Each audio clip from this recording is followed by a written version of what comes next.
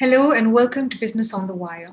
Even as the medical fraternity struggles through an oxygen crisis, it looks like there might be another big problem looming come 1st May, and that's around vaccinations. There's been enough debate about differential price points that have been set, six at last count, something different for states, something different for the center, and then a whole other pricing policy for the private hospitals. But the bigger questions are, what about the availability of vaccines? What about the supply? How does one decide prioritization? And how did we come to a point where everything looks like it's such a mess around the vaccination drive? Joining me to talk about that and some of the trip ups that may have occurred, as also the solutions that could be found at this point, are two gentlemen who understand both sides of that very well.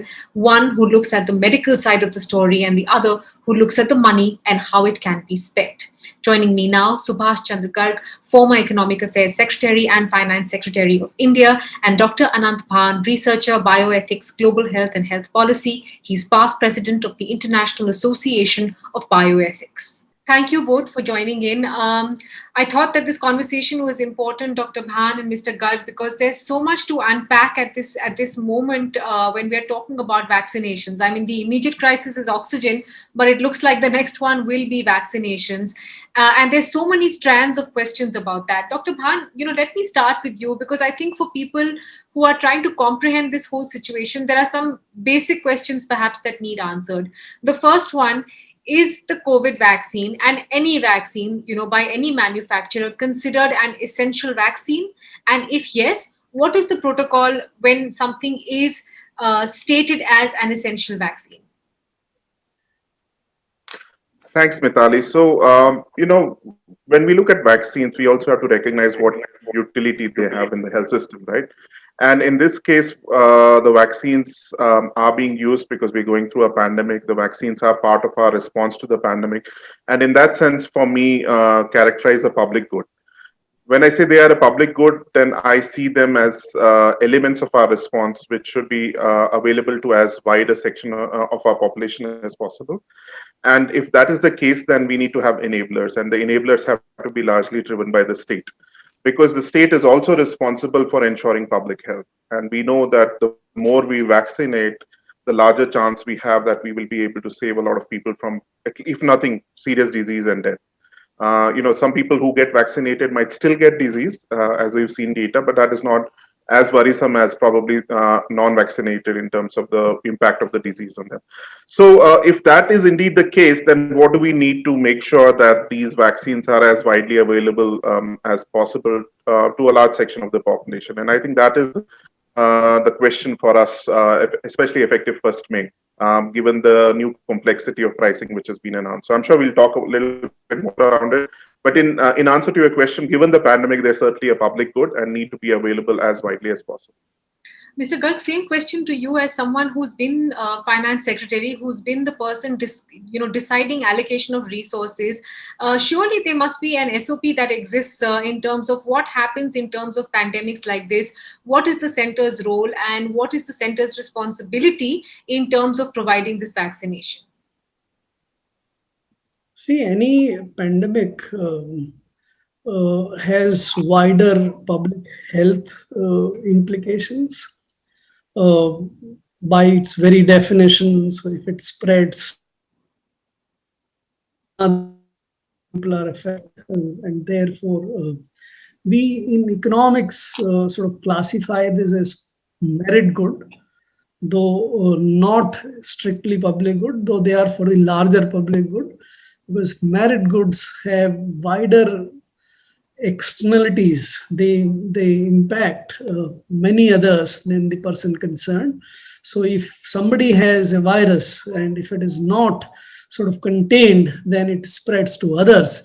That is why the state has a responsibility as a merit good to take care of these kind of programs. So there is a perfect legitimacy for vaccination program, which is supposed to sort of bring that kind of immunity or response in the citizenry, that they will not be affected and they will in turn not affect others. And the governments are very much expected to spend public money for that. There are acts for this, there are public health protocols, the system. So for the current epidemic which we have for corona, vaccine is definitely a, a merit good, and the governments must spend for it. Mm.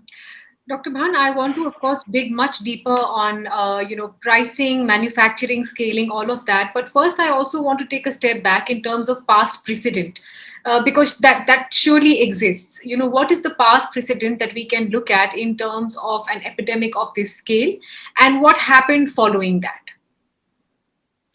Sure. So I don't think we've had a pandemic of this scale before, at least not in our lives, right? So there obviously was the Spanish flu pandemic almost a century ago. There have been smaller epidemics and maybe more localized pandemics, not which did not impact us as much. For example, the SARS, outbreak, and which became a pandemic after a while.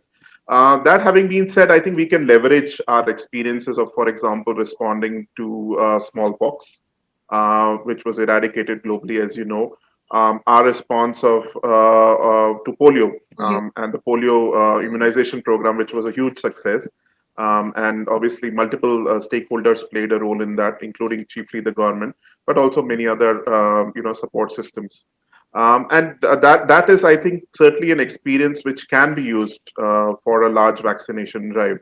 India actually already, even pre-pandemic, had probably the world's largest immunization program and a fairly successful one.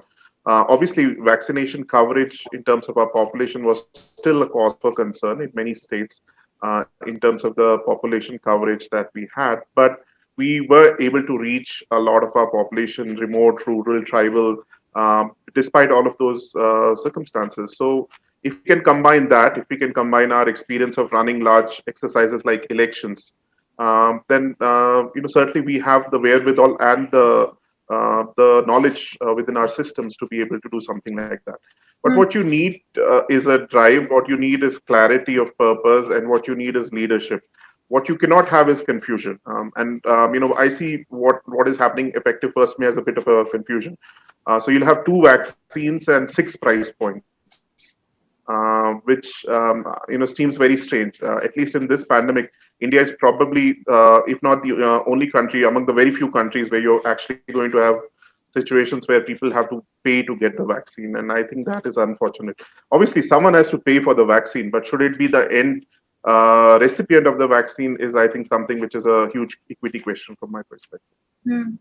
If I may add, Yes. Mitali, Yeah. besides the vaccination programs, we have also run large drugs-related programs for tuberculosis, for AIDS. These are also public health issues, and therefore, I don't think we need to look at precedent. It is justified from every which way for the government to not only give a vaccination program, but also to enhance the facility of beds and drugs and other things available to contain and limit as much as possible the pandemic.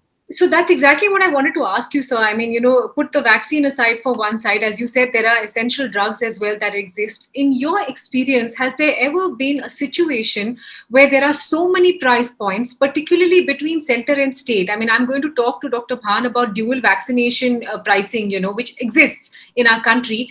But have you ever seen a situation where the center pays one price for a particular drug or a vaccine, and the states are required to pay 4 times that price?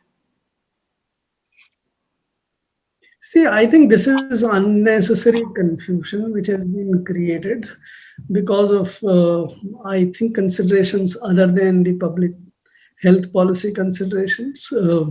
But in my understanding, irrespective of, and I don't mean to sort of justify this differential pricing between the two kinds of government, but if the states are forced to buy at higher prices, the states would buy at higher prices, but for the citizens, I think all the state governments would provide them free of cost. So as far as the vaccine coming to the citizen is concerned, whether from the central government quota or from the state government quota, I think it will come free of cost. The second avenue, which is the private sort of vaccination, of course, can exist and have always existed at different prices. And there is nothing to my mind wrong in a secondary sort of source of vaccine being available.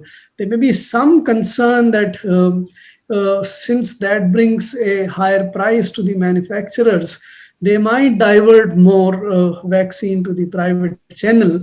But I would like to believe that the government would at least control that leakage and will not allow a disproportionate quantity of vaccine to go to the private sector. But in that, just to extend that point, sir, does it not seem odd that here's a situation where two private manufacturers are putting out a press release saying, "Hey, here's our price for states, here's our price for private hospitals." There is no indication from the central government on how this price was arrived at, what checks and balances there are. We don't even know what prioritization is. I mean, does this mean, Mr. Garg, that states now have to start some kind of bidding process in terms of getting as much as they require? See, since this is so far now with the foreign vaccines coming, etc., it's more or less a monopoly kind of situation, or duopoly at best, what you would consider. And the manufacturers have complete control. There is no objective way to determine what the kind of price is and what kind of profitability is there. And in such a situation, I think the states would find it difficult to sort of call for the bids. I think some will do. But if the imported vaccines are available, and they are likely to be little more costlier because the fact that they have to be transported from long distances and etc. So in the short run, it might be that the two manufacturers who are there in the country at this moment would be able to sort of earn what we call in the monopoly profits for the time. We don't know how much that would be at this moment, but it seems the situation is completely ready. The government has the ability, government of India has the adequate provisions in the law to control the price of the vaccine. It was in a way doing it until it was opened very soon. The government was deciding the price not only for the government of India but for others, and not only the price, they had also decided to have the distribution control, that you will not give it to anybody other than us. So these two, price control as well as distribution control, exist with the central government, but at this moment it's not utilizing those authorities. This is a little unfortunate, but that is what the situation is. Dr. Bhan, what is your reading of the situation? And many people have tried to defend this, saying that manufacturers need to build scale. In order to build scale, they need to set prices, and ultimately this will be free for those who need it. What is your understanding of this entire grid that has been created in terms of pricing specifically? Sure. So, I mean, if you look at this set of vaccines, we also have to recognize that it's not that the manufacturers are the only folks who are involved in the vaccines now being available for mass usage. In fact, the government of India is listed as a co-sponsor for both the vaccines. If you look at the clinical trials registry of India, and if I sponsor leverage to be able to push pricing. In fact, by using volumes is how most large countries or blocs like the European Union have managed to get a preferential pricing. So by actually opening it up and saying each state government and a private health system has to go negotiate individually with the manufacturer, and the manufacturer then has the upper hand in those negotiations, and we are probably seeing an end result of that. And it's very surprising that we are having manufacturers put out press releases about price points, and the government, which is supposed to be the regulator in that domain, is not stepping in. I mean, if the government has stepped in and regulated a whole lot of other things like tests and diagnostics and medicines, then why not vaccines? Not to say that manufacturers should not make a profit. I'm not against profit per se for manufacturers. One recognizes that they have a right to that. But at this time of the pandemic, is this what should be the primary focus of any manufacturer, and I think that is a question mark. Also, because there is so much opacity, I think is where there will be a lot of cause of concern. On what basis are these prices being fixed? Why is a certain vaccine priced more than the other vaccine? What was the co-funding from the government when that production happened? And why is that element not being used by the government to drive down pricing and enable larger usage of the vaccines? Could this differentiated pricing have been addressed via the already existing dual vaccination, pricing mechanism, Dr. Bhan? Because what you and I may pay for a flu shot, for instance, in a private hospital is not what somebody else would pay for, a more basic vaccine or a more essential drug. It could have been. I mean, my personal opinion is I would feel that the vaccines should be free. And the reason for that is quite clear. We're dealing with a pandemic, and the purpose of vaccination is not individual protection, as Mr. Garg earlier also said. In this case, it is a public health response. The more people we vaccinate, the better health security we will have as a society. And probably it will also have downstream impact on lesser costs for the government to put in. If you look at the kind of curative care and the running around and the airlifting of medicines, oxygen that we are doing, and the amount of money we are putting in because we are trying to catch up on the curative side, if we focus on the preventive side, because we don't know if there is going to be a third wave or a fourth wave or a fifth wave, but what we know so far is that the vaccines can help ameliorate the rise in number of infections or reduce the severity of that. And if that is indeed the case, then it is perfect investment, and the government should be putting in all of that investment to enable that. Beyond that, if certain people still want the luxury of going to a private hospital and doing it, and there is some pricing attached to it, maybe it's not something I would prefer, but it could be there. But I think the least what we would want is that anyone who wants to walk into a public health facility and is eligible should get a vaccine for free. And if that is not happening, and there's going to be a competition where state governments say, sorry, I could not get a batch of vaccines because a large private health system has already bought off the supply for the next 15 days. I believe Rajasthan government already said that they've been told by Serum Institute that there are no vaccines available for the first 2 or 3 weeks in May already. Then, we are already going into troublesome waters. Mr. Garg, you're the financial wizard. You put this into context, sir. Here's a union budget where the finance minister lays out 30,000 crores for vaccination only and says this can be scaled or added to if required. Here's the center saying 50% of the vaccines will still be purchased by us. Ultimately, sir, the center is a mythical creature, right? I mean, they are all dealing with the states or catering to individuals and citizens who live in states. So are we to understand then that the center will shoulder the cost of free vaccination for those who need it most? The states do not have to dive that deeply into this. I mean, this is not making sense.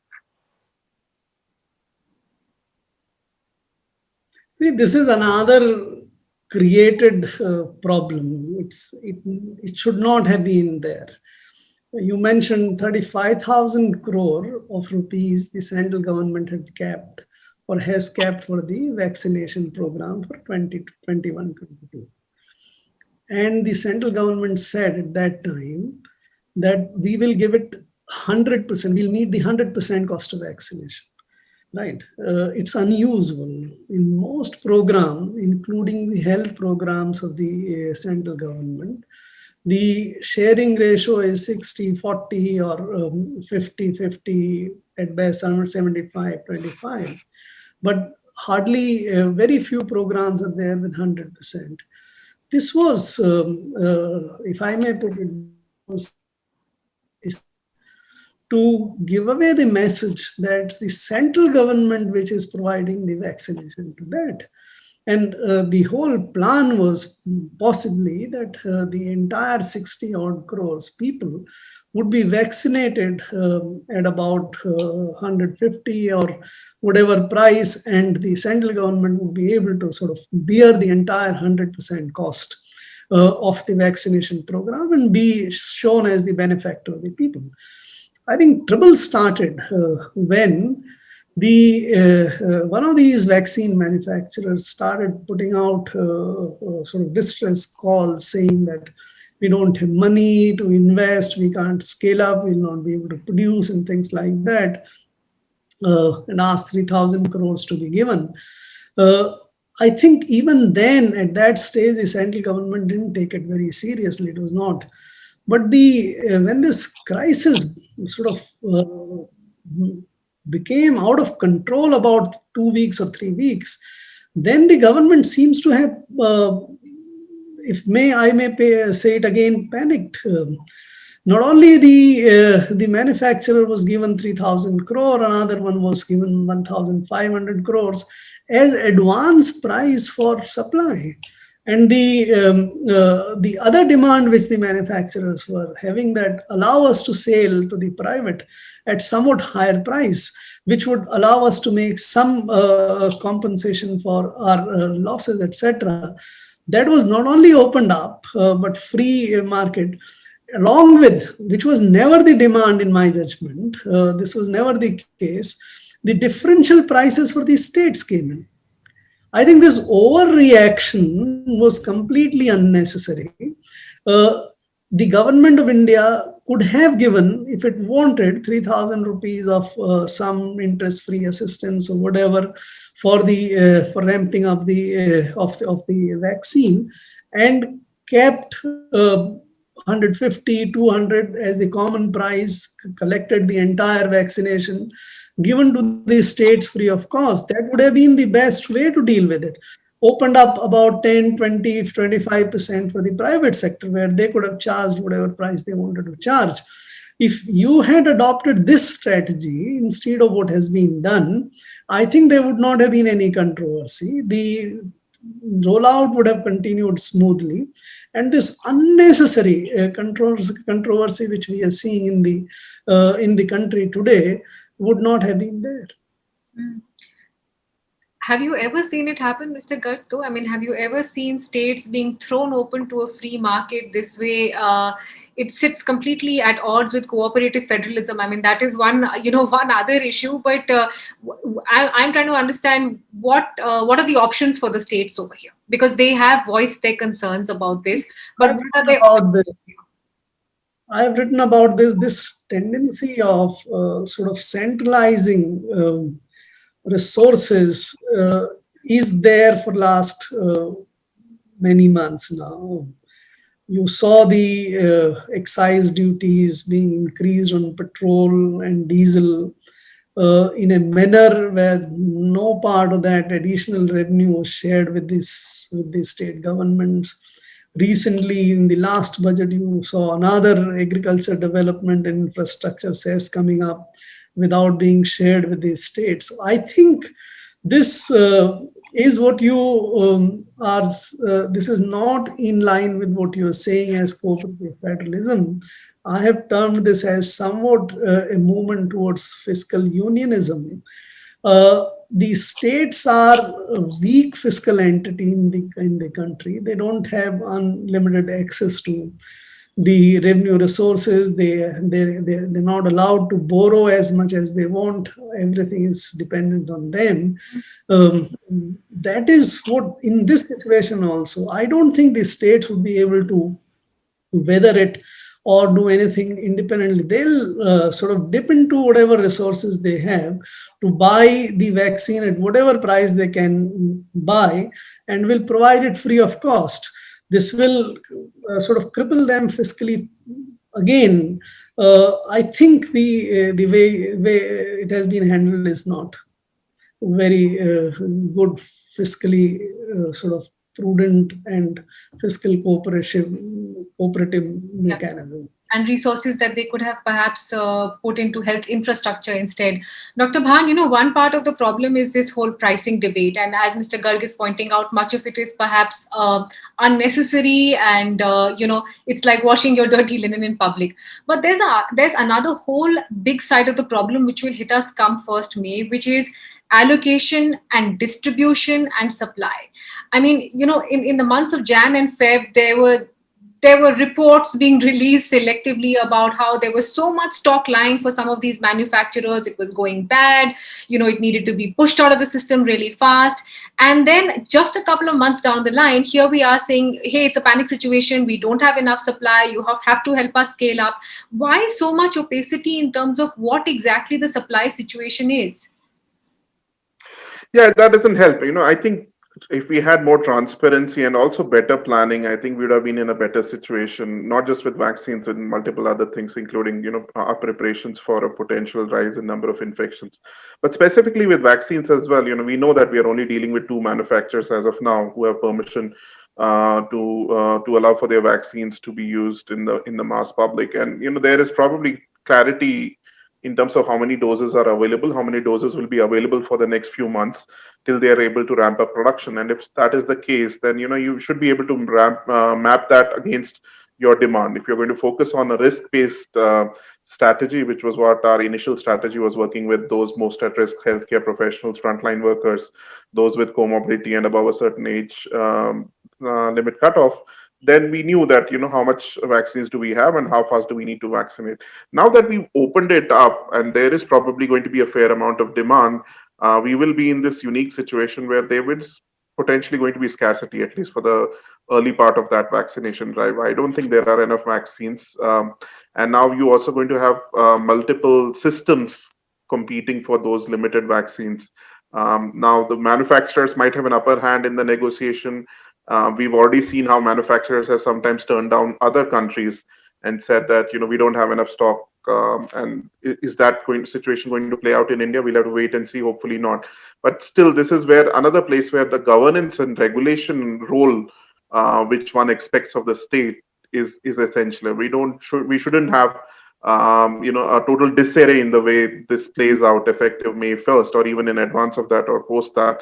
I think this is where we need to have some strong regulation and ensuring that the kind of problems we're seeing with oxygen right now, we don't see with vaccines, that, states are sparring about, vaccines consignments crossing borders. And, hopefully that will not happen. But, these are difficult times. One would have never thought that we would see a day where people have to basically clamor for oxygen. And we've seen those days already.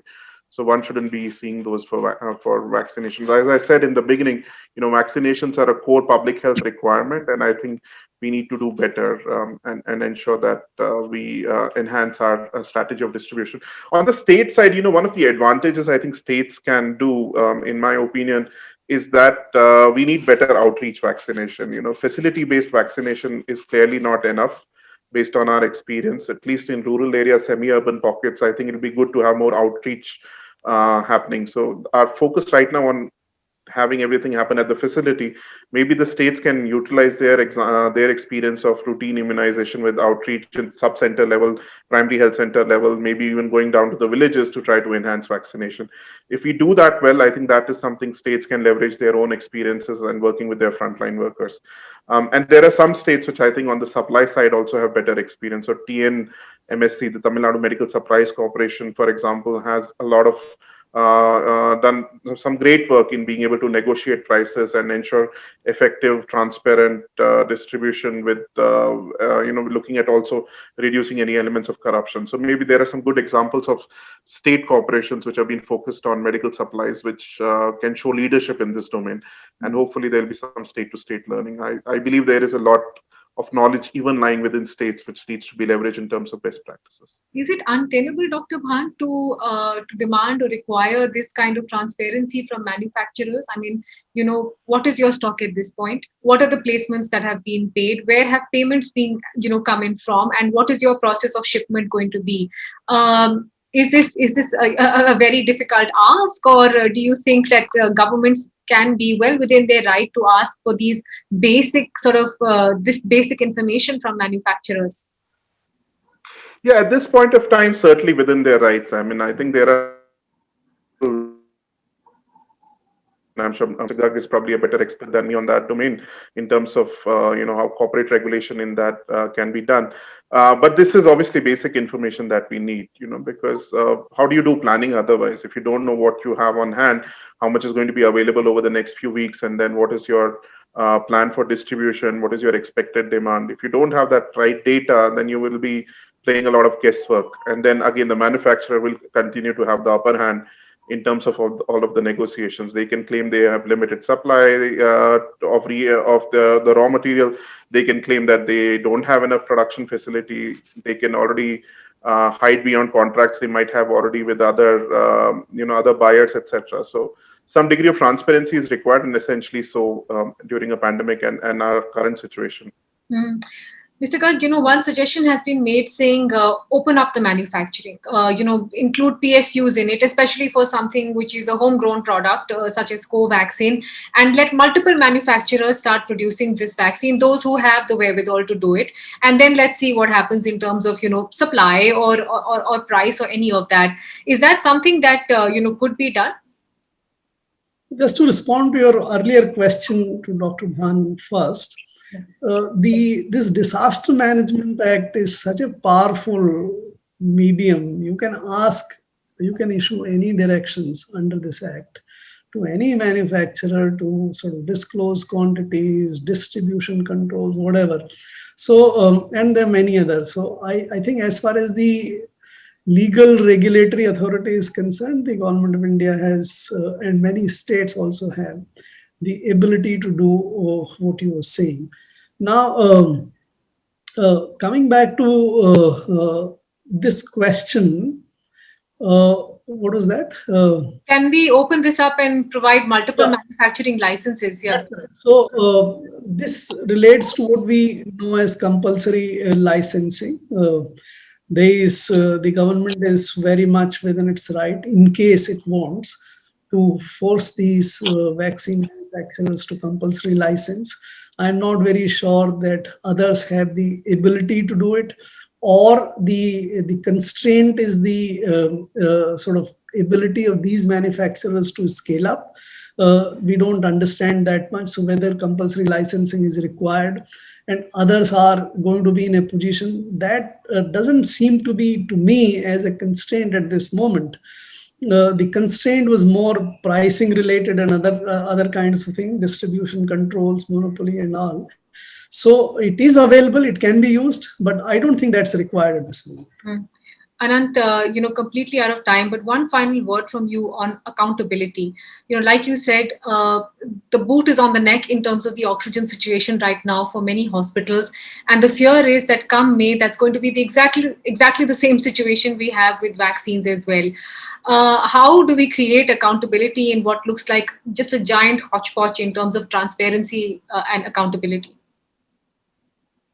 Yeah, so I think that has to be driven by a need for leadership, and I think that leadership has to come from the union government because we are dealing with a pandemic. They need to be working with the states, local authorities to enable vaccination to be rolled out successfully. India has a very respectful history with vaccination, and we should not mess it up during this pandemic. It is among the few things actually within the health system we have to be very proud of. And I think that is something we can leverage for an effective vaccination program that will help us a lot. And this is something I think all of us as stakeholders, and actually because this impacts all of us and our families and our communities, should be demanding of our governments, both at the center and the state level. I can't thank you both enough for your time and insight. It's been such a great conversation and so much learning from here. Thank you both very much for joining me today. Thank you, Mitali. Thank you. Nice meeting, Dr. Bhan. Thank you.